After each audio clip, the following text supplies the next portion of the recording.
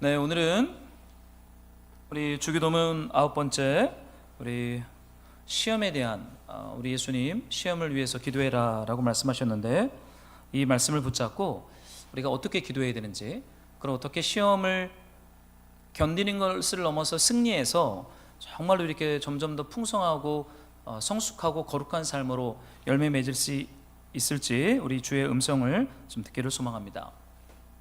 여러분, 신앙생활 하다 보면 시험에 든 적이 있습니까? 없습니까? 저만 시험에 듭니까? 이럴 때마다 시험에 듭니다. 시험에 들죠. 도대체 이 시험이라는 게 뭔지 신앙생활을 하다 보면 참 별별 다양한 시험에 든다는 얘기들을 참 많이 듣습니다.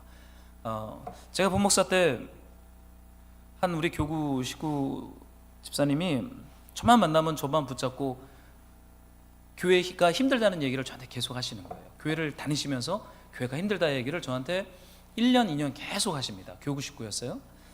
그러니까 제가 이 성도님을 도와드려야 되는데 어떻게 도와드리는 게 하나님의 지혜인지 모르겠어요. 근데 저는 보통 잘 복잡하게 생각하지 않거든요.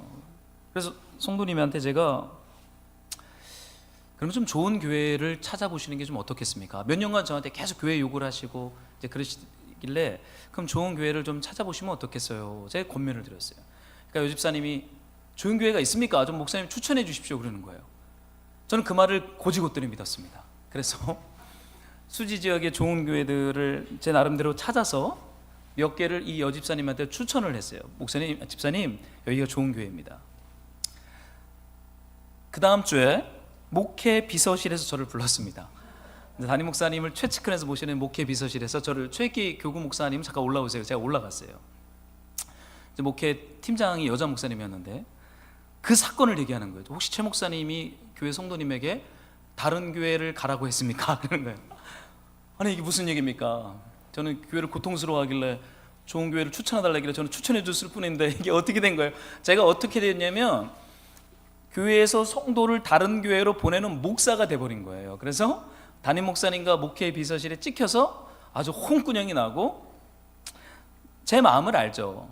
그럼에도 불구하고 그렇게 얘기하는 거는 지혜롭지 않은 것이다라는 권면을 듣고 앞으로 목회를 할 때 그런 일이 발생해도 붙잡아야지 좋은 교회로 보내서는 안 된다라는 권면을 듣고 제가 회개하고 나왔어요. 참 다양한 일들이 있어요. 나갈 때 담임 목사님이 악수를, 수많은 성도가 있으니 못할 수 있잖아요. 악수원해 줬다고 시험이 드는 분들도 있었습니다. 예배 때 헌금 바구니가 돌린다고 시험이, 제가 안내 담당일 때 그것 때문에 시험에 들었던 성도님이 있어요. 뭐 교회마다 목회 철학이 다르잖아요. 어디는 바구니를 돌리고 어디는 안 돌려요. 뭐 옳고 그름을 따질 수 있는 게 아닙니다. 헌금 바구니를 돌리는 걸 통해서 믿음을 가르치고자 하는 목회 철학이 있으면 돌려야 되겠죠. 옳고 그름의 문제가 아니라. 근데 이제 그것 때문에 시험에 드는 분도 있어요. 주보에 뭐 이렇게 글씨나 칸이 틀린 거를 찾는 분들도 있습니다. 그리고 예배 끝나면 저한테서 이렇게 얘기를 해요. 목사님 여기 글자 틀렸어요. 그럼 가십니다. 제가 시험에 들어요. 제가 시험에 들어요. 한 분은 왜 우리 교회는 주보에 매주 재정 보고를 하지 않냐라는 분이 저한테 매주 와서 얘기를 하는 거예요. 다른 건강한 교회들은, 교회 개혁을 추구하는 교회들은 매주 재정 수입과 지출을 주보에 계속 보고를 하는데 왜 이 교회는 안 합니까? 그러는 거예요. 담임 목사님한테 보고했어요. 목사님 이런 컴플레인이 있습니다. 무슨 말을 하겠어요. 그 주보에 올리는 교회는 나름대로 그것에 대한 목회 철학을 가지고 올리는 것이고, 주보에 올리지 않는 교회는 혹시 올렸다가 재정이 줄면 성도들이 시험에 들까봐 염려하는 마음 때 안 올리는 그런 담임 목사님의 마음도 있는 거잖아요. 옳고 그름의 문제로 따질 수 있는 부분은 아니에요. 그런데 중요한 건 별일 아닌 거 가지고 시험에 드는 일들이 교회 안에 많다라는 것입니다. 근데 여러분, 중요한 게 있어요. 시험이 들어서요, 우리의 신앙이 꺾일 수 있다는 겁니다. 우리의 믿음이 꺾이거나 우리의 기도가 꺾이거나 주님을 사랑하고 주님을 위해서 헌신하는 우리의 믿음의 여정이 꺾어버리고 냉랭해져서 방관자의 자리에 딱 서버리게 되는 것, 여러분 이것은요 악한 마귀가 시험에서 승리하는 일들이에요.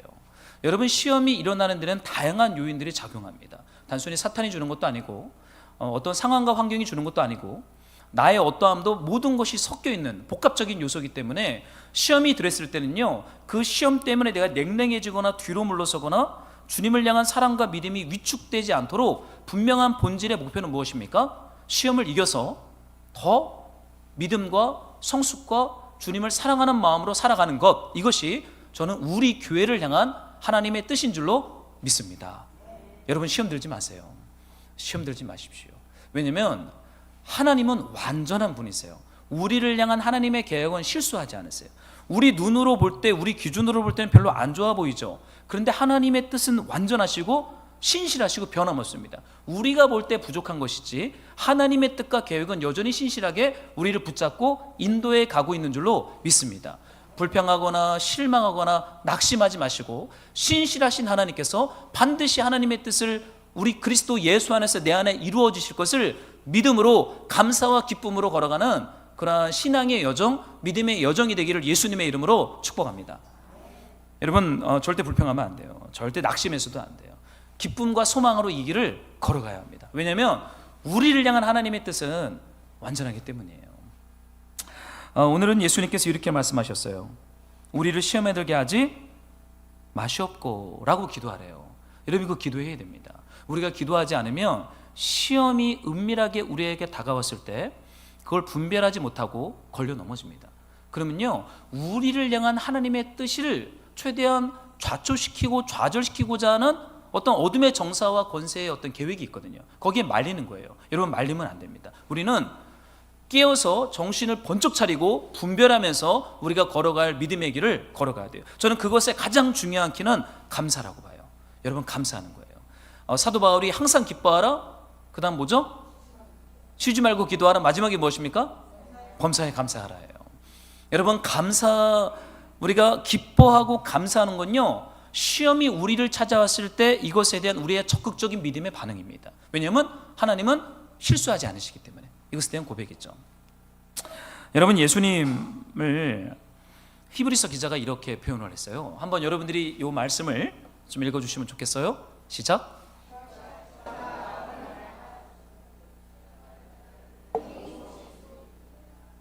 여러분 예수님의 공생애와 그분의 십자가 부활, 그분의 사역 전체, 그리스도의 사역 전체를 히브리서 기자는 뭐라고 표현하냐면 시험을 받았다. 여러분 예수님도 시험을 받았어요. 우리가 당하는 여러 가지 경제적인 문제, 육체적인 문제, 관계적인 문제, 정서적인 문제, 감정적인 문제, 크고 얽혀있는 여러 가지 복잡한 시험들을 예수님이 모른다? 그렇지 않아요.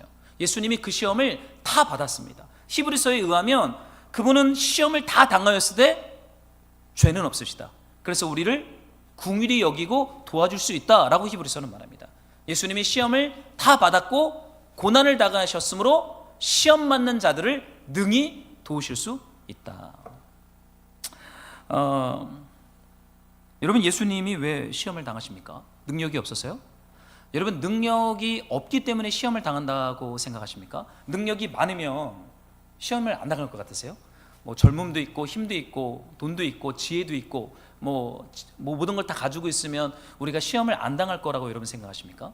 여러분 예수님만큼 하나님의 능력으로 충만하고 하나님의 지혜로 충만하고 하나님의 마음으로 충만했던 존재는 이 땅에 없어요. 우리 예수님은 하나님이셨기 때문입니다. 근데 그 하나님이신 예수님께서 시험을 당하셨대요. 평생에 광야에서 먹고 사는 문제, 영광의 문제, 기적의 문제, 얼마나 많은 시험을 십자가에 달리면서까지 주님이 시험을 당하셨잖아요. 여러분 시험은요 우리가 하나님을 사랑하기 때문에 당하는 거예요. 여러분 예수를 믿지 않고 말씀도 모르고 하나님을 사랑하지 않잖아요. 우리가 당하는 대부분의 시험들은 없어질 거예요. 여러분 생각해 보세요. 내가 예수를 믿고 하나님을 경외하고 말씀에 대한 두려움으로 순종하려고 하는 몸부림이 우리 안에 있기 때문에 대부분의 시험이 옵니다. 누군가가 우리를 기분 나빠하게 하면 세상의 방식대로 어떻게 하면 돼요? 눈에는 눈, 이에는 이로 끝내버리면 됩니다. 근데 그거 못하잖아요. 왜요? 우리 안에 예수가 있기 때문에, 그분의 말씀에 대한 복종하고자 하는 경외함이 있기 때문에 우리가 시험을 당하는 거예요. 고난을 당하는 거예요. 하나님의 뜻에 순종하는, 주님을 사랑하는 마음이 우리 예수님 안에 치열했기 때문에 예수님 시험을 당했고 고난을 당했다는 거예요. 여러분 시험이 오면 그 다음에 고난은 오게 되어 있어요. 왜냐하면 이 시험과 싸워야 되거든요. 이 시험에 그냥 말려서 곤두박질을 당할 것인가 아니면 싸워서 이길 것인가 라는 이 고민 속에 우리 안에 고난이 있어요. 왜냐하면 버티고 견디고 하나님 말씀 앞에 순종해야 되기 때문에 그렇습니다. 여러분, 시험, 하나님이 우리에게 시험을 주시겠습니까? 또 악한 마귀만 우리한테 시험을 주겠습니까? 복합적이에요. 내 안에 있는 욕심과 모든 것이 복합적으로 얽혀 있기 때문에 시험을 악하다 선하다라고 말할 수는 없어요. 여기에는 하나님의 우리를 성장하고 성숙시키고자 하는 목적이 있고, 또 하나는 우리를 걸려 넘어져 믿음으로부터 떨어져 버리도록 하는 목적도 있어요. 이 두 가지 목적이 같이 병합되어 있는 것이 시험입니다. 여러분, 예수님 시험을 당하셨어요. 이것이 여러분에게 어떻게 위로가 되는지 모르겠어요. 저는 위로가 돼요. 왜냐하면 내가 이 땅에서 주를 믿고 따라가면서 당하는 모든 시험을 우리 예수님이 먼저 당하셨다라는 것이 우리에게 얼마나 여러분 위로가 됩니까?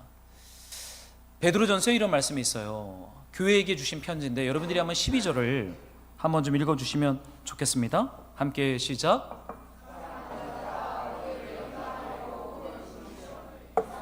당하는 것 같이 이상히 여기지 말고. 베드로가 사랑하는 교회 식구들, 성도들, 그 갑바도기아 그 지역에 있는 흩어져 있는 여러 가정교회 작은 공동체들의 연합에게 편지를 쓰는데요, 사랑하는 자들아라고 말합니다. 여러분, 예수님께서 공생애를 시작하면서 가장 먼저 들었던 하나님의 말씀이 뭔지 아세요? 여러분 기억나십니까? 이는 내 사랑하는 아들이요 내 기뻐하는 자라. 여러분, 하나님으로부터 예수님이 가장 먼저 들은 말씀은 내 사랑하는 아들이다. 사랑 고백을 들으세요. 여러분, 이 교회도 하나님을 통해서 어떤 말씀을 들었냐면 사랑하는 자들아 라고 말을 합니다. 하나님이 사랑하는 자들, 하나님이 사랑한 아들인 메시아에게 무엇이 왔어요? 불시험이 왔다라고 말하는 거예요. 여러분, 예수님도 그렇고 주님의 몸된 교회도 그렇고요, 사랑 때문에 여러분 시험을 받는 것입니다. 여러분, 사랑하지 않으면 어떻게 하면 됩니까? 그냥 끝내면 됩니다. 여러분, 부부관계 안에서 왜 시험이 됩니까? 가족이 되었기 때문에 그래요. 언약을 맺었기 때문에 그래요. 언약을 맺지 않았으면 어떻게 하면 돼요? 그냥 끝내면 돼요. 그냥 안 보면 돼요. 근데 가족이기 때문에 연약함들이 막 드러나고 죄성이 드러날 때 어떻게 돼요? 그것이 불시험으로 나한테 다가올 때 이걸 버티고 참고 견뎌야 돼요. 왜요? 가족이기 때문에, 사랑하기 때문에, 사랑하기로 작정이 있기 때문에 우리는 그 시험을 기꺼이 받습니다. 이것이 사실은 하나님의 속성이에요. 여러분, 예수님께서 이 땅에서 고난을 얼마나 많이 당하셨어요? 무시를 당해요. 예수님처럼 무시당한 사람이 있습니까? 하나님께서 바리새인과 사두개인 모든 사람들한테 조롱거리가 됐잖아요. 근데 그걸 다 참으셨어요. 왜 참으셨어요? 하나님에 대한 사랑, 하나님의 뜻을 이루어드려야 되는 그 사랑과 또 하나는 우리를 향한 사랑 때문에 주님이 그 불시험을 온몸으로 감당했던 거죠. 여러분, 하나님의 사랑을 많이 받을수록, 여러분들이 말씀과 성령으로 거듭나면 거듭날수록 여러분 시험을 받을 거예요. 여러분, 말씀으로 성령으로 거듭나지 않으면 별로 시험이 안 옵니다. 왜요? 책임지는 삶을 살 필요가 없기 때문에 그래요. 여러분, 시험이 온다는 건 그 문제와 그것을 내가 정말로 책임지는 어떤 마음을 가지고 그 문제를 대하기 때문에 그것이 나에게 시험거리가 되는 거예요. 책임지지 않으면 그냥 가볍게 지나가면 됩니다. 여러분, 우리가 말씀과 성령으로 거듭나면 거듭날수록, 주님을 사랑하면 사랑할수록 일상 속에서 다가오는 크고 작은 문제들이 우리에게 시험으로 작동할 수 있다. 여러분, 그걸 이상하게 생각하지 마세요. 내가 잘 가고 있구나, 이렇게 생각하시면 돼요. 내가 믿음의 길을 잘 가고 있고 주님의 뜻이 지금 이루어지고 있고 주님의 계획이 이루어지는 길을 내가 한 걸음 한 걸음 잘 가고 있구나 라고 여러분 기뻐하고 감사하고 기도하시면 되는 줄로 믿습니다. 여러분, 불시험을 당하는 것을 베드로는 이상하게 여기지 말래요. 당연한 거다. 예수 믿고 예수님 사랑하고 성령으로 거듭났으면 시험은 당한다. 언제까지요? 주님 앞에 갈 때까지요. 그런데요, 이 시험을 통과하면서 우리의 마음은 단단해집니다. 연단을 받습니다. 그래서 옛날에는 크게 보였던 문제가 어느 정도 3년, 5년, 10년 이거를 쭉 믿음으로 통과하고 기도로 통과하고 나면요, 우리 안에 내성이 생겨요. 우리 안에 하나님이 주시는 힘이 생깁니다. 그래서요, 똑같은 시험이 와도 이제는요, 좀 더 여유롭게 넘어갈 수 있어요. 하나님을 바라보고 예수님을 바라보고 기도하면서 하나님의 뜻이 무엇일까 질문하면서 조금 더 여유롭게 그 상황을 통과합니다. 그러면서 하나님의 나라가 우리 가정과 우리 삶과 우리 영혼 가운데 임하게 되는 거죠. 여러분, 하나님을 사랑할수록 말씀에 순종하려고 하는 거룩한 마음이 우리 안에 있을수록 우리는요 시험에 직면하게 될 거예요. 여기 이런 말씀이 있어요. 베드로에게 주님이 이렇게 말씀하십니다. 시몬아 시몬아 보라, 사탄이 너희를 밀가부르듯 하려고 요구하였다. 극도의 많은 시험이 베드로를 넘어지게 하려고 찾아왔다는 거예요. 여러분, 시험을 우리가 잘 통과해야 되는데, 왜냐하면 시험을 통과하다가 걸려 넘어지는 것이 장기화되기 시작하면요 우리 안에 믿음이 냉랭해집니다. 이것을 가만히 두기 시작하면요 더 이상 하나님 말씀과 하나님의 경외에 대한 마음이, 소망감이 생기질 않아요. 이것을 약간은 상처면 상처일 수도 있겠지만 우리 안에 포기되어진 믿음으로 갈 수도 있다는 거예요. 여러분, 베드로가요, 저 예수님 부인에 대한 예언의 말씀이거든요. 닭이 3번 울기 전에 베드로가 예수님 부인하잖아요. 그거를 사탄이 너를 밀가부르 타려고 요구하였다라는 이 시험으로 예수님께서 말하고 있습니다. 그런데 여러분, 중요한 게 있어요. 우리는요 시험을 이길 수 있는 힘이 없다라는 거예요. 여러분, 베드로도 졌어요. 호언장담했죠. 절대 주님을 배반하지 않습니다. 저는 사람의 확신을 그렇게 잘 믿지 않습니다. 사람의 확신을 믿기는 힘들어요. 왜냐하면 진짜 고난에 직면했을 때 우리의 진짜 믿음이 드러나거든요. 그냥 분위기 좋고, 야, 막 예배 분위기 좋다, 막 교제할 때도 분위기 좋고 막 이러잖아요. 그럼 우리 안에 믿음의 고백이 막 터져 나와요. 근데 진짜 그 믿음은요 시험을 통과할 때 드러나게 되어 있어요. 여러분, 베드로는 완전하게 실패했습니다. 그러면서 뭘 배웠을까요?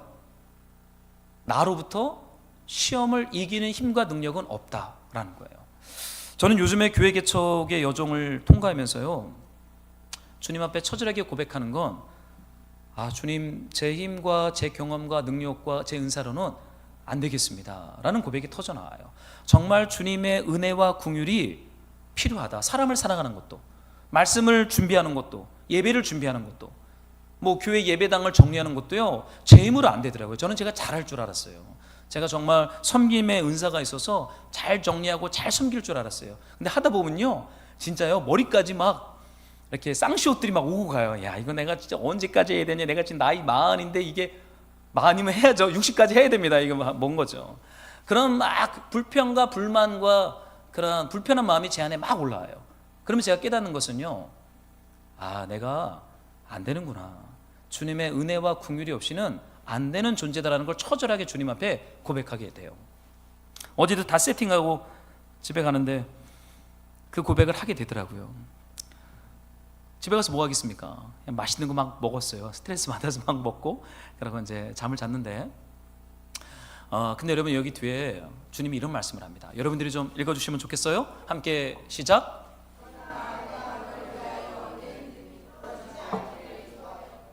너는 돌이킨 후에 내 형제를 굳게 하라. 얼마나 위로가 됩니까? 예수님께서요 베드로 시험을 당해서 실패하고 낭망하고 실족할 걸 아셨어요.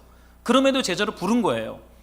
우리가 주님 말씀 배반하고 주님 부인하고 이 시험 앞에 곤두박질서 뒤로 도망치는 낙향하는 사람들이에요. 우리 고기나 잡으러 가자. 야, 뭔 하나님의 나라냐, 뭔 십자가 복음이냐, 뭔 예수님의 제자냐, 그냥 낙향해서 물고기나 잡자라고. 그럼에도 불구하고 그런 고백, 불평과 자기 포기와 거룩한 하나님의 나라에 대한 부르심에 대해서 그냥 냉랭해지고 미진해질 것을 주님은 아시면서 주님 뭐라고 말합니까? 내가 너를 위하여 믿음이 떨어지지 않기를 내가 기도한다. 예수님께서요. 왜냐하면 예수님도 그 시험을 당했거든요. 그리고 순종으로 이겼어요. 고난으로 이겼어요. 그리고 십자가 죽음과 부활로 하나님 보좌 우편에 앉으셔서 우리에게 성령을 파송하시면서 우리를 위해 기도하세요. 우리의 믿음이 떨어지지 않기를 간절하게 기도하시는 예수님. 여러분, 그분 때문에 우리의 영혼의 소망이 있고 우리의 믿음의 소망이 있고 우리 가정과 교회 가운데 소망이 있는 줄로 믿습니다. 여러분, 너무 사람 많이 믿지 마세요. 그리고 나의 이렇게 은혜로운 내 신앙생활도 믿지 마세요. 무엇을 믿어야 돼요? 예수님을 믿어야 돼요. 우리를 위해 기도하시는 예수님. 그래서 주님은 우리가 시험에 실족한 자리에서 일어나기를 원하세요. 냉랭해지거나 더 무정해지거나 무심해지는 뒷걸음치는 삶이 아니라 시험에 실족한 자리에서 일어나서 어디로 가라고요? 돌이킨 후에 내 형제를 굳게 하라. 시험에 걸려 넘어지는 자들을 격려하고 위로하고 그들에게 복음을 전하는 자로 하나님이 저와 여러분들을 적극적으로 부르는 줄로 믿습니다. 여러분 이거 진짜 믿으세요? 주님이 나를 이렇게 연약하고 시험에 걸려 넘어진 형제를 일으키는 자로, 복음을 전하는 자로 나를 불렀다라는 이 예수님의 이 믿음, 예수님의 이 기도를 여러분 진짜 믿음으로 마음에 취하십니까? 여러분 취하셔야 돼요. 여러분은 그냥 성도가 아니에요. 그냥 교인이 아니에요. 예수님이 십자가에 죽으면서까지 우리의 패배한 시험으로부터 우리를 일으키신 예수님의 자녀이고 예수님의 군사이고 예수님의 동역자인 줄로 믿습니다. 여러분 이 예수님을 계속 바라보셔야 돼요. 내 약함이나 내 부족함이나 내가 볼 때 좀 불만족스러운 상황이나 이런 거 많이 묵상하지 마세요.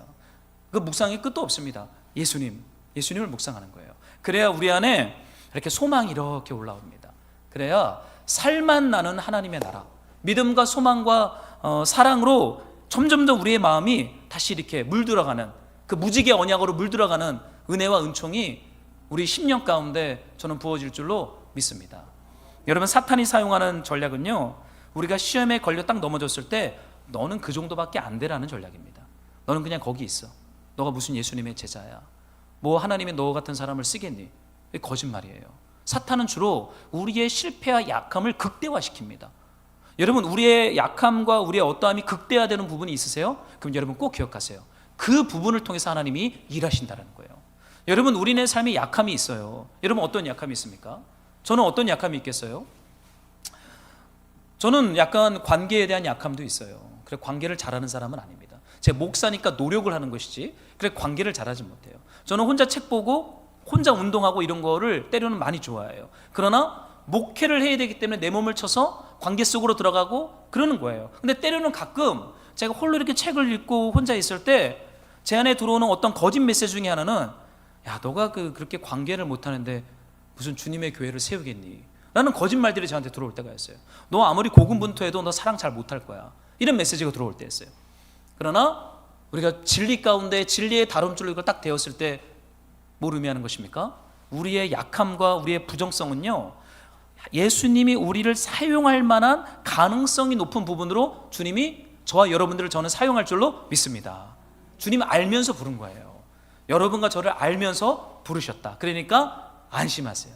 너무 이렇게 왜 그렇게까지 못 갈까, 나를 학대할 필요도 없고 나한테 실망할 필요도 없고 좌절할 필요도 없어요. 이미 그런 존재인 줄 알고 불렀어요. 그러니 예수님께서 우리를 위해 기도하면서 우리를 일으키시고 형제를 굳게 하는 자로 저와 여러분들을 부르시고 세우는 줄로 믿습니다. 여러분 가서 형제를 굳게 하세요. 여러분들을 통해서 복음을 들어야 할 사람들이 저는 있는 줄로 믿습니다. 저는 첫 번째로 우리 가족이에요. 우리 아이들, 우리 배우자, 그리고 우리 가족들입니다. 그 다음은 주님이 저에게 만나게 하시는 여러 많은 사람들이에요. 그들을 한 명 한 명을 굳게 하는 삶으로 여러분 한 사람씩입니다. 마귀는요 세상을 바꾸라고 말합니다. 마귀는요 큰 프로젝트를 하라고 말합니다. 마귀는요 한 방으로 세상을 바꾸라고 말합니다. 여러분 속지 마세요. 하나님의 전략은 한 번에 한 형제예요. 한 형제를 우리에게 붙이세요. 그 형제를 굳게 하는 거예요. 그러면 그 형제가 또 가서 누군가를 굳게 합니다. 그렇게 누룩이라고 하는 천천히 흘러가는 방식으로 하나님의 나라가 하늘에서 이름같이 이 땅에 임한다라고 예수님 말하고 있어요. 그러니까 너무 큰 것을 내가 못한다고 좌절할 필요 없어요. 본래 하나님의 나라는 그런 게 아니에요. 하나님이 허락하신 지극히 작은 자, 한 형제, 한 상황에 지극히 작은 일에 지극히 작은 자에게 충성하면 그렇게 하나님의 나라가 확장되고 저는 생명이 흘러갈 줄로 믿습니다. 여러분 주님의 기도가 저와 여러분들을 살려요. 여러분 시험을 통과할 때 하나님 나를 사랑하시는구나. 그리고 나를 이 시간들을 통해서 우리의 믿음을 테스트하시고 확증하시고 더 성장하시고 성숙시키시는구나. 이 관점으로 보셔야 돼요. 거기에서 그냥 이렇게 뭐 이런 상황이 다 있어, 뭐 저런 인간이 다 있어, 뭐야 이거 불평하기 시작하면요 하나님의 열쇠가 열리질 않아요. 왜냐하면 하나님의 목적은 완전해요. 우리를 성장시키시고 구원하시고 하늘에 속한 신령한 복을 저와 여러분들에게 주시기 위함인 줄로 믿습니다. 여러분 로마서에 이런 말씀이 있어요. 참 복음이죠. 한번 여러분들이 좀 읽어 주시겠습니까? 시작. 그리스도와 함께한 상속자니 우리가 그와 함께 영광을 받기 위하여 고난도 함께 받아야 할 것이니라. 정말 사랑하는 자녀에겐 주님께서 유산을 주시는데 그 유산을 영광으로 말합니다. 상속자. 근데 그 유산을 받는 진짜 사랑하는 자에겐 주님이 고난도 있다라는 거예요. 고난을 통과하면서 시험에 실족하지 않고 점점 더 그 마귀의 전략은 우리를 걸려 넘어지게 하고 패배하게 하는 것이지만 그것을 허락하신 하나님의 더 높은 하나님의 뜻은요, 그 시험 가운데 우리가 연단을 받아 더 순결하고 거룩한 믿음으로 자라게 하는 것에 있어요. 여러분, 시험은 하나님이 허락하지 않으면 안 됩니다. 욥기가 그걸 말하잖아요. 여러분, 왜 허락하겠어요? 이미 우리가 이길 것을 알기 때문이에요. 이미 그리스도께서 그 시험을 이기셨어요. 그리스도를 믿는 우리가 이미 그 시험을 이길 것을 알고 그 시험을 통과하면서 하나님이 예배하신 영광의 기업을 받고자 하는 우리 하나님의 꿈 때문에 하나님이 사인해 주는 겁니다. 그래? 그럼 목숨은 건들지 마. 허락한다. 그러니 여러분, 믿음으로 잘 통과하세요. 그 시험의 고난을 통과하면서 우리는 더 하나님을 닮은 멋있고 거룩한 존재로 그렇게 세워질 줄로 믿습니다. 그래요. 여러분, 근데 사실 그런데 성경을 보면 항상 해피엔딩은 아닙니다. 성경은 참 정직한 하나님의 말씀이에요. 시험에 걸려 패배한 사람들의 기록도 성경에 있습니다. 사도행전이나 히브리서를 보면 시험에 걸려서 완전히 실족하고 하나님의 안식에 들어가지 못한 사람들을 이름까지 거론하면서 기록하고 있죠. 그래서 참 불편해요. 그런데 왜 이걸 기록해 놓았는가? 좀 이 하나님의 마음을 오늘 좀 알기를 원해요. 여러분, 사도행전에 있는 최초의 교회가 시험을 당합니다. 여러분, 시험은요, 에덴 동산에도 있었고 구약 전체에 수많은 시험들이 있었고 우리 예수님도 시험을 당했고 성령으로 충만한 오순절 성령 강림을 받은 예루살렘 교회도 시험을 당합니다. 여러분, 예루살렘 교회 성령으로 얼마나 충만했던 교회예요? 이 땅의 모든 교회가 벤치마킹하려고 하는 교회가 이 초대교회잖아요. 성령과 말씀으로 충만한 증인 공동체. 그 얼마나 멋진 교회예요. 그래서 뭐 사도행정적 교회라니 뭐니 이런 표현 슬로건을 쓰는 이유가 초대교회가 너무나 멋있었기 때문에 그래요. 근데 그 성령으로 충만했던 교회 안에 어떤 일이 있었습니까? 사도행전 4장을 보면요, 진짜 멋있는 교회였어요. 자기들의 소유를 막 팔아요. 그리고 사도들의 발 앞에 갖다 놓고서는 가난한 자들에게 나누어지게 합니다. 그래서 사도행전에 의하면 가난한 자가 없었다. 부한 자는 낮아지고 가난한 자는 높아져서 평균케 되었다라는 말씀이 사도행전 교회들에는 많아요. 그러니까 진짜 멋있었던 교회예요. 근데 그 중에 사도행전 4장과 5장에 보면 바나바라고 하는 사람이 나타납니다. 여기에서 이제 시험이 터져요. 여러분, 바나바는 집사입니다. 오늘날은 집사라는 직분이 교회를 오래 다니면 그냥 자연스럽게 부르는 호칭 집사지만 이 당시의 집사는요, 사도예요. 사역자입니다. 정말로 온 교회가 그의 믿음과 삶을 보고 검증해서 확증해줘서 세우는 하나님의 사역자의 자리에 있는 사람들을 집사라고 불렀어요. 근데 이 바나바가 그 중에 한 집사였습니다. 근데 그가 어떻게 했습니까? 사도행전에 보니까 바나바가 좀 레위 지파인데 돈이 많았던 것 같습니다. 예루살렘 교회에서. 예루살렘 교회는 부자도 있었고 가난한 자들도 있었어요. 골고루 있었습니다.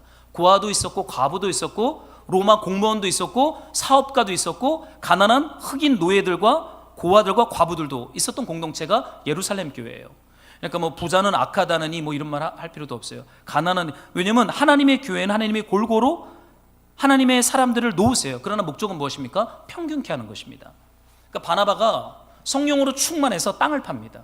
그리고 사도들의 발 앞에 갖다 놔요. 그러니까 사도들이 어떤 일을 합니까? 그 땅 판값을 가지고 가난한 과부들에게 나누어져서 그 교회 공동체의 삶을 평균케 합니다. 원래 그의 이름은 요셉이었어요. 요셉. 그런데 그가 그렇게 자발적인 나눔과 사랑과 섬김을 했더니 그 교회가 그 요셉이라는 사람을 뭐라고 불렀냐면 바나바라고 불렀어요. 그 이름은 위로의 아들. 아, 저 요셉 때문에 우리가 위로를 받는다.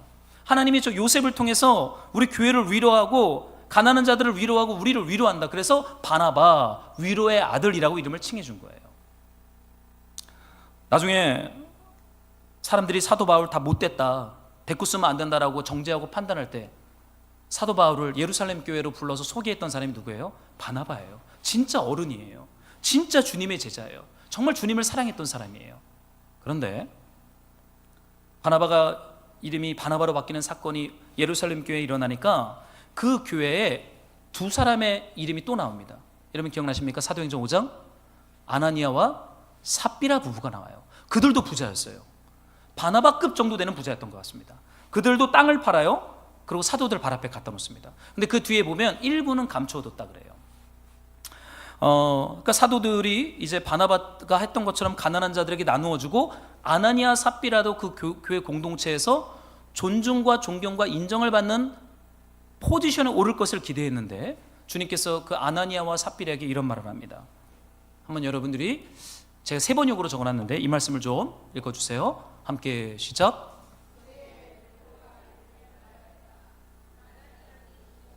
어찌하여 그대의 마음이 사탄에게 홀려서 그대가 성령을 속이고 땅값의 얼마를 몰래 떼어놓았소 라고 혼을 냅니다. 여러분 이것은 예루살렘 교회가 최초로 만났던 시험거리였어요. 이 문제를 잘못 다루면요 예루살렘 교회는 역사 가운데 망할 수도 있었고요, 이 시험을 잘 다루면요 그 뒤에서부터 선교가 일어납니다. 그러니까 이 시험은 아주 복합적인 기능이 있는 거예요. 교회를 멸망시키거나 아니면 교회로 하여금 또 단단하게 성장하고 성숙시켜서 더 높은 하나님의 뜻과 부르심이 이루어지게 만드는 이 두 가지의 기능이 이 시험 속에 담겨져 있습니다. 사탄은 자기가 교회를 망가뜨릴 것의 목적으로 시험을 일으켰다고 생각하지만 하나님은요 더 높은 뜻을 가지고 그것을 허락했다는 거예요. 왜요? 이 사건을 통해서 주님이 예루살렘 교회에게 어떤 메시지를 주고자 하는 것이죠. 여러분 그 부부는 바나바처럼 사람들에게 인정을 받고 싶었어요. 그래서 그런 방식을 통해 성공하고 싶었던 것입니다. 그런데 어떻게 들었죠? 시험에 들었어요. 이 부부가 시험에 든 거예요. 바나바처럼 하면 교회 공동체로부터 존중과 사랑과 인정을 받을 것을 기대했는데 그것을 잘못 추구하다가 이들이 시험에 들어버립니다. 그리고는 그 교회 공동체로부터 어떻게 됩니까?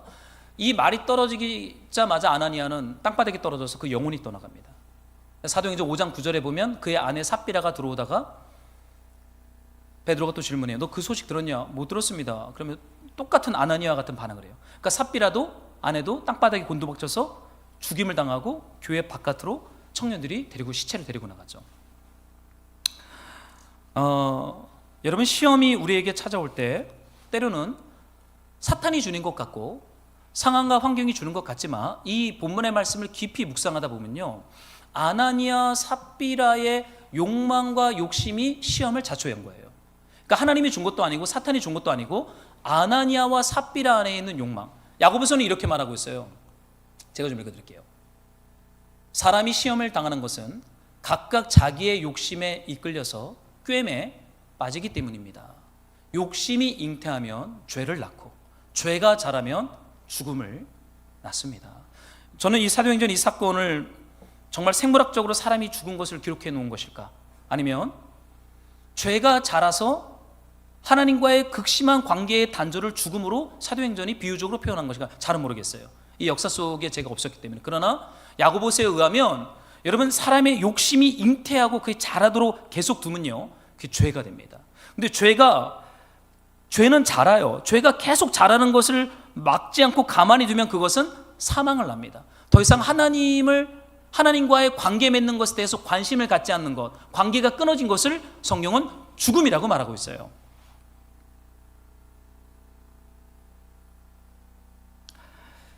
여러분 우리의 욕심이 축적되어 어떠한 힘이 됩니다.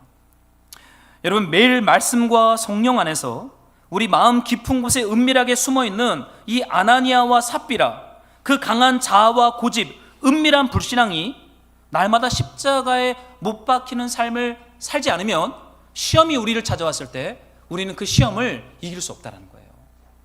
사랑하는 말씀으로 동역자 여러분, 날마다 하나님의 말씀과 성령 안에서 우리 안에 있는 이 고집과 자아와 연약함이 십자가에 못 박히도록 여러분 주님 앞에 나아가는 삶을 살아야 돼요. 이것이 적극적으로 시험을 이기는 신자 성도에게 주신 하나님의 지혜요, 하나님의 은총이요, 하나님의 구원인 줄로 믿습니다. 이틀 전이었어요. 오늘이 주일이니까 금요일이죠. 저는 항상 노트북 펴고 작업을 하기 전에 뉴스를 좀 봅니다. 뉴스를 좀 보는데 메인 창에 제가 너무나 익숙했던 한 목사님 이름이 떴어요. 이 목사님은 지금은 좀 이름이 들어갔지만 우리가 20대 때 한창 선교단체 안에 있었던 붐이 뭐냐면 통일한국입니다. 통일한국, 선교한국, 통일한국. 이것에 청년과 대학생들이 선교한국으로도 모이고 통일한국으로도 모여서 막 기도하고 우리가 어떻게 하나님 나라 확장을 위해서 이 통일에 힘쓸 것인가 굉장히 관심이 많았던 때가 있었어요. 근데 그 당시에 이 탈북자들과 이 통일에 관련돼서 권위자로 불리는 한 목사님이 있었습니다. 그러니까 지금으로부터 한 20여 년 전이죠. 한 15년 전만 해도. 그분의 이름이 천규현 목사님이에요. 천규현 목사님. 둘이 하나 선교회를 시작해서 이분이 어떠한 분이냐면 그 당시에 탈북하는 탈북자들의 비율이 그 당시에는요, 여성이 8, 남성이 2였어요. 8대2 비율로 탈북자들이 들어옵니다. 근데 탈북자들이 중국의 연변 땅으로 이렇게 압록강을 건너서 탈북을 할 때 대부분 중국 공안한테 잡혀서 몹쓸짓을 당한 다음에 다시 본국으로 귀환을 시키는 일들이 있었어요. 많은 여성들이 거기서 고통을 당합니다. 근데 이때 둘이 하나 선교회의 천규현 목사님이 재정들을 어떻게든 이렇게 모아서 한 명당 약 1,500만 원이 된대요. 제3국으로 보냈다가 이제 난민 조약에 따라 가고 싶은 나라로 보내는 그 일들이. 그 당시에 약 1,800명의 탈북자들을 한국을 비롯한 미국 여러 나라로 보냈던 이 탈북자 해방운동을 했던 목사님이 이분이세요. 그래서 아시아의 쉰들러라는 별명을 얻을 정도로 탈북자들의 아버지였고 통일과 북한 선교를 위해 힘썼던 목사님입니다. 그런데 이틀 전에 뉴스를 보는데 이분이 수갑이 채여서 나오는 사진이 나왔어요. 이제 70이 거의 다 됐습니다. 이분이 탈북자 운동을 하다가 한국에 대안학교를 만들었어요. 탈북 청소년들을 위한 대안학교, 관악구에 있습니다. 기숙형 대안학교예요. 근데 단회적 사건이 아니라 오랜 시간 지속적으로 기숙사에 있던 아이들을 성추행했던 일들이 터져버린 거예요. 이게 빛 가운데 드러났고 이 목사님의 명예가 추락했고 결국은 사법당국으로부터 붙잡혀서 감옥에 가버렸죠. 충격이었어요. 왜냐면 그 당시에 우리는 이 목사님 하면 거의 북한 선교의 아버지로 불렸던 분이거든요. 얼마나 많은 간증 집회와 청년들에게 도전했던 목사님인지 모릅니다. 그런데 스물스물 작게 시작된 것이 반복적으로 습관이 되면서 더 이상 막을 수 없는 단계까지 가버린 거죠. 그리고는 결국 금요일 날 잡혀서 감옥에 가는 일들이 일어났어요. 시험에 걸려 넘어졌다라고 볼 수 있겠죠. 그렇죠? 누구든지 그 시험에 걸려 넘어질 수 있습니다. 저와 여러분도 예외 아니에요. 우리도 걸려 넘어질 수 있는 충분한 그런 연약함이고 죄성입니다. 그런데요, 중요한 것은 뭐냐면 하나님의 성령께서 우리를 구원하기로 작정하시고 우리에게 그리스도의 십자가 사랑과 하나님의 사랑을 부어주실 때 그분이 하신 일들이 뭐냐면 우리 안에 있는 어떠한 이러한 죄성들이 일어날 때마다 그것을 아파하고 주님 앞에 회개하면서 돌이킬 수 있도록 성령께서 저와 여러분들을 붙잡아 간다는 거예요. 근데 이것에 대해서 더 이상 하나님의 말씀을 듣지 않거나 하나님 앞에 나아가는 것을 단절하기 시작하면 죄가 죄로 느껴지지 않아요. 죄를 딱 짓는데 불편하지 않아요. 오? 괜찮네? 그럼 그 다음. 오? 괜찮네? 그 다음. 그러다 보면 그것이 당연하게 여겨지면서 나중에는 실족해버리는 거예요. 하나님을 두려워하거나 하나님을 사랑하거나 하나님의 구원의 기쁨을 그 상급을 별로 좋아할 만한 그런 마음이 없어져 버려요. 이거를 양심이 화인 맞았다라고 말합니다. 저는 참 안타까웠어요. 사랑하는 말씀으로 동역자 여러분, 시험은 항상 올 것입니다. 매일 올 것입니다. 그러나 기억하세요. 우리를 시험에 들게 하지 마옵소서라고 왜 기도해야 되냐면 그 시험이 우리를 걸려 넘어지게 하는 것이 아니라 그 시험을 넘어서면서 더 단단하고 더 힘있고 더 거룩하며 예수님을 더 깊이 사랑하는 제자로 저와 여러분들이 그렇게 연단되어지는 은혜와 축복이 있는 줄로 믿습니다. 여러분, 히브리서에 우리 예수님 이렇게 말했어요. 그는 몸소 시험을 받아서 고난을 당하셨으므로 시험을 받는 사람들을 도울 수 있다. 시험에 대한 굉장히 많은 말씀들이 히브리서 안에 가득 차 있습니다. 그런데 여러분, 이 시험을 주님만 받은 것이 아니라 그 당시에 히브리서의 수신자인 교회들도 받았어요. 왜 시험에 대한 주제의 말씀을 히브리서 안에 많이 기록했냐면 그 당시 역사적으로 많은 사람들이 배교와 배도가 일어났어요. 교회 안에 다시 유대교로 넘어가자. 이 기독교로 왔는데 이거 뭔가 이상하다. 그 유대인들의 공동체가 히브리서 수신 공동체였거든요. 야, 우리 다시 유대교로 가자. 이거 기독교 좀 이상하다. 뭔가 매력적이지 않다. 그러면서 유대교로 다시 회개하고 배교하고 배도하는 일들이 이 히브리서를 받은 그 당시 교회 공동체 안에 그 일들이 많았대요. 그러니까 이 히브리서를 누가 썼는지는 정확히 모르겠지만 아마도 아볼로가 썼다고 말합니다. 바울의 친구 아볼로가. 그러면서 이 시험에 대한 얘기를 계속하는 거예요. 시험에 승리해야 된다. 시험을 이겨야 된다. 계속 말합니다. 그러면서 히브리서는 이런 말을 하고 있어요. 한번 여러분들이 이 말씀을 한 번만 더 읽어주시면 좋겠어요. 함께 시작.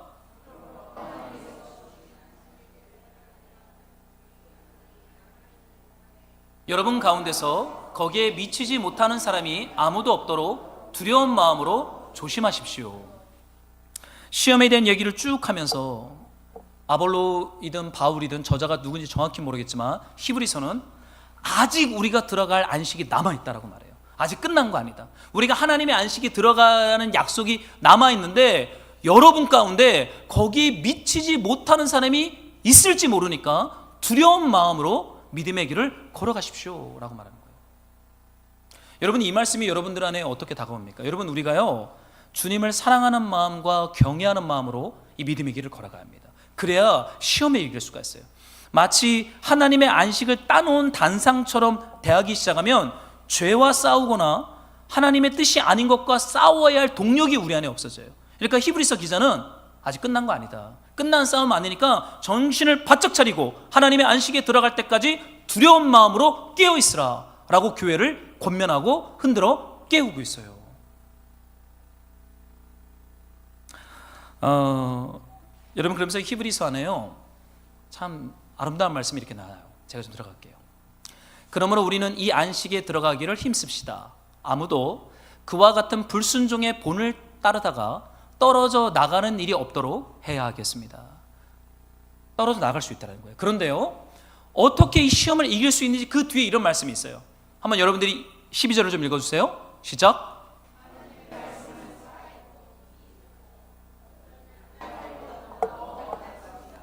그래서 사람 속을 꿰뚫어 혼과 영을 갈라내고 관절과 골수를 갈라놓기까지 하며 마음에 품은 생각과 의도를 밝혀냅니다.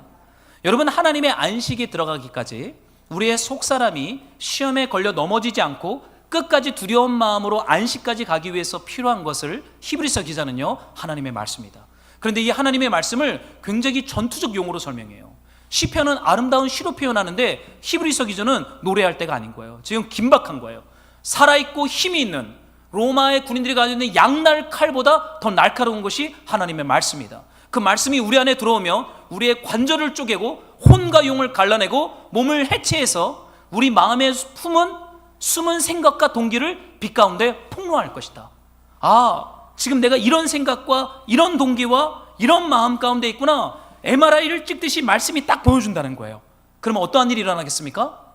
곤두박질을 쳐서 주님, 저를 도와주십시오. 저를 긍휼히 여겨 주십시오. 저를 구원해 주십시오. 라는 두려운 마음이 우리 안에 일어나게 된다는 거예요. 언제요? 하나님의 말씀이 우리 안에 임할 때. 사랑하는 말씀으로 동역자 여러분, 저는 하나님의 말씀을 여러분들이 더 사모하고 갈망하는 한 주가 되기를 소망합니다. 집중해야 할 것들이 많이 있겠지만 하나님의 말씀의 칼이 우리네 삶에 떠나지 않도록 우리는 깨어 있어야 돼요. 그래야 아나니아 삽비라처럼 우리 마음의 숨은 욕망, 옛사람을 날마다 그 말씀과 함께 십자가에 못 박히는 일들이 일어나거든요. 여러분, 말씀은 단순히 우리를 위로하는 것에서 끝나지 않아요. 욕심에 이끌려 죄를 낳고 죄가 자라서 사망으로 귀결되지 않도록 우리의 생각과 마음의 동기와 삶을 십자가에 못 박히게 합니다.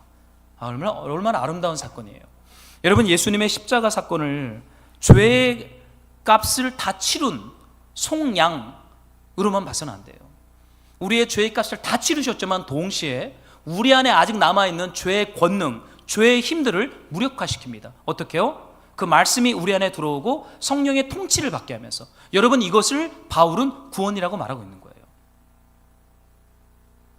히브리서 안에 이런 말씀이 있어요. 제가 좀 읽어드릴게요. 그러므로 성령이 이와 같이 말씀하셨습니다. 오늘 너희가 그의 음성을 듣거든 너희 조상들이 광야에서 시험 받던 날에 반역한 것과 같이 너희 마음을 완고하게 하지 말라. 성령께서 우리에게 말씀하실 때 마음을 완고하게 하지 말래요. 히브리서 안에 이 말씀이 계속 흘러가요. 여러분, 주님께서 날마다 우리에게 찾아오시고 우리에게 말씀하시고 우리의 죄성 옛사람을 십자가에 못 박습니다. 그래서 시험이 실패가 아니라 연단이 되게 하는 거예요. 여러분, 시험은 우리 다 통과할 겁니다. 그러나 그 시험을 통과하면서 우리는 더 단단하고 힘있고 지혜롭고 주님을 사랑하는 자로 그렇게 연단 받게 되는 줄로 저는 믿어요. 로마서에 이 말씀이 있어요. 제가 좀 읽어드릴게요.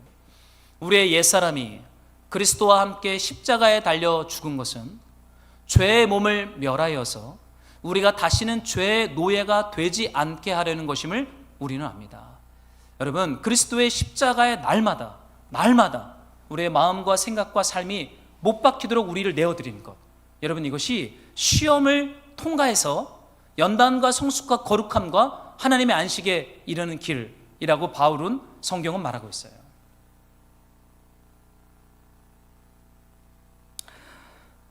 그러면서 히브리서 안에요 마지막으로 이 말씀을 좀 하고 있습니다. 여러분들이 히브리서 4장 15절을 한번 같이 읽어봤으면 좋겠어요. 히브리서 4장 15절인데 제가 읽어드릴게요. 우리에게 있는 대제사장은 우리의 연약함을 동정하지 못하시리가 아니요 모든 일에 우리와 똑같이 시험을 받으신 이로되 죄는 없으시다. 여러분, 예수님께서 우리를 긍휼히 여기십니다. 그리고 우리를 위해 기도하십니다. 그리고 우리에게 말씀과 성령을 보내십니다. 그래서 우리가 죄의 노예가 되지 않도록 날마다 주님이 우리를 이끄신다라고 말하고 있어요. 사랑하는 말씀으로 동역자 여러분, 우리를 시험에 들게 하지 마옵시고 여러분 계속 기도해야 돼요. 혹시라도 시험 때문에 뒤로 물러서거나 마음 안에 무심해지거나 냉랭해진 영역이 있다면 여러분 다시 더 높은 부르심으로 주님 앞에 드려야 돼요. 상처와 시험에 깊이 묵상하지 마시고 주께서 우리를 향해 가지고 있는 형제를 굳게 하는 자로 저와 여러분을 부르셨다라고 하는 이 높은 부르심 앞에 한 주간 헌신하고 말씀과 성령으로 우리를 날마다 십자가에 못 박는 그런 복된 한 주가 되기를 우리 주의 이름으로 축복합니다. 우리 말씀 붙잡고 우리 함께 기도하면서 주님 앞에 나아가죠.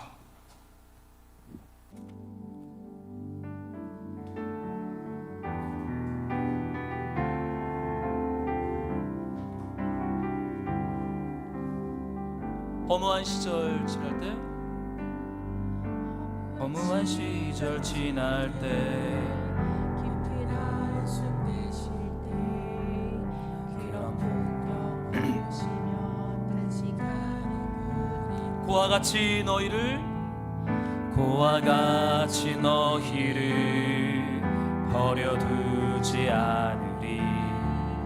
내가 너희와 영원히 함께 하리라. 성령이 오셨네. 성령이 오셨네. 성령이 오셨네. 내 주에 보내신 성령이 오셨네. 우리 인생 가운데 친히 찾아오셔서 그 나라 꿈꾸게 하시네. 억눌린 자, 갇힌 자, 자유함이 없는 자, 피난처가 되시는 성령님 계시네. 주의 영이 계신 곳에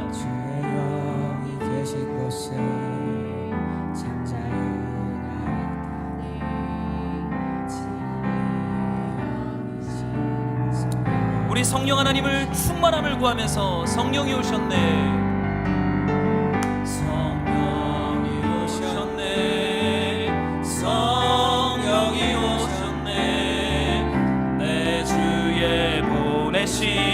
성령이 오셨네.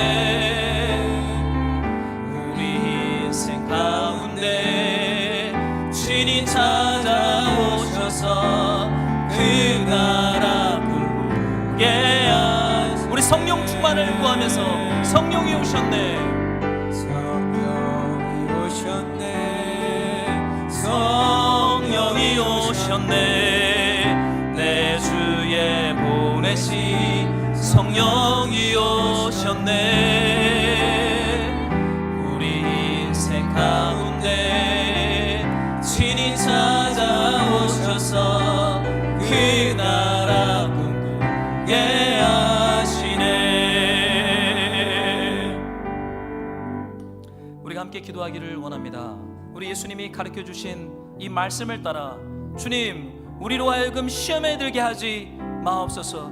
우리의 속사람이, 우리의 마음과 생각과 우리의 옛사람이 날마다 주의 말씀과 성령으로 십자가에 못 박히는 그 구원의 역사가 우리의 심령과 삶 가운데 날마다 일어나게 하여 주시옵소서. 그래서 시험에 실족하지 아니하고 연단마다 성숙하고 거룩하는 승리하는 삶을 주님 우리에게 허락하소서. 우리가 한번 주여 일창하고 주신 말씀 붙잡고 기도합니다.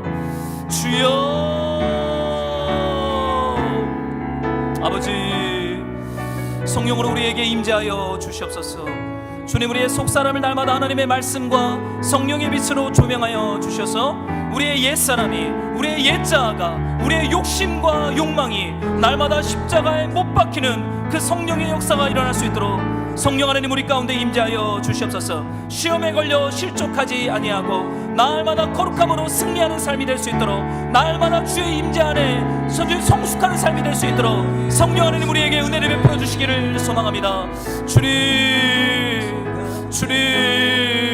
시험에 걸려 낙심과 좌절 가운데 있는 지체 가운데 성령님 찾아가 주시옵소서. 그의 마음을 힘있게 하시옵소서. 일으켜 주시옵소서. 베드로를 일으키셨던 우리 하나님의 성령께서 우리를 단단하게 하시고 힘있게 하여 주시고 우리를 새롭게 하여 주시기를 소망합니다. 주님,